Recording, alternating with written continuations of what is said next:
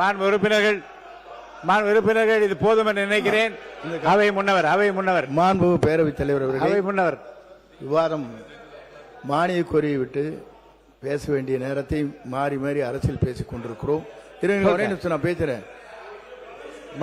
அதனாலதான் இல்ல, ஆகவே நான் ஒன்றை சொல்ல விரும்புகிறேன்.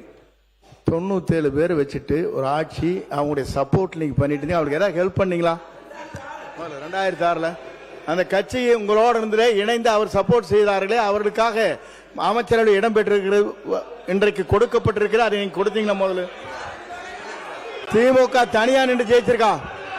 இல்ல, திமுக தனியா நின்று ஜெயிச்சிருக்கா? ஒரு தேர்தலையாவது திமுக தனித்து நின்று சற்று வெற்றி பெற்றிருக்கிறதா சொல்லுங்க. அப்புறமா நாங்க மாண்பு உறுப்பினர் கே நேரு அவர்கள் இந்த பதில். மாண்பு பேரவைத் தலைவர் அவர்களே, என்ன சப்போர்ட் பண்ணலான்னு, என்ன ஹெல்ப் பண்ணலான்னு மத்தியில முதல் பிரதமர்னு சொன்னது திமுக சொன்னார். மத்திய அரசு அமைப்பதற்கு ஆதரவாக இருந்தது திமுக. 2 முறை ஆதரவாக இருந்தது திமுக. என்ன சப்போர்ட் பண்ண? நாங்க சப்போர்ட் பண்ண. இவங்க மட்டும் 26 பேர் சார் சொல்றேன், நான் சொல்லிடுறேன். 26 பேர் இல்ல, பாமகவை சேர்ந்த 21 பேர் 22 பேர் அன்னைக்கு இருந்தாங்க. பாமகவை சேர்ந்த 22 பேர் இருந்தாங்க.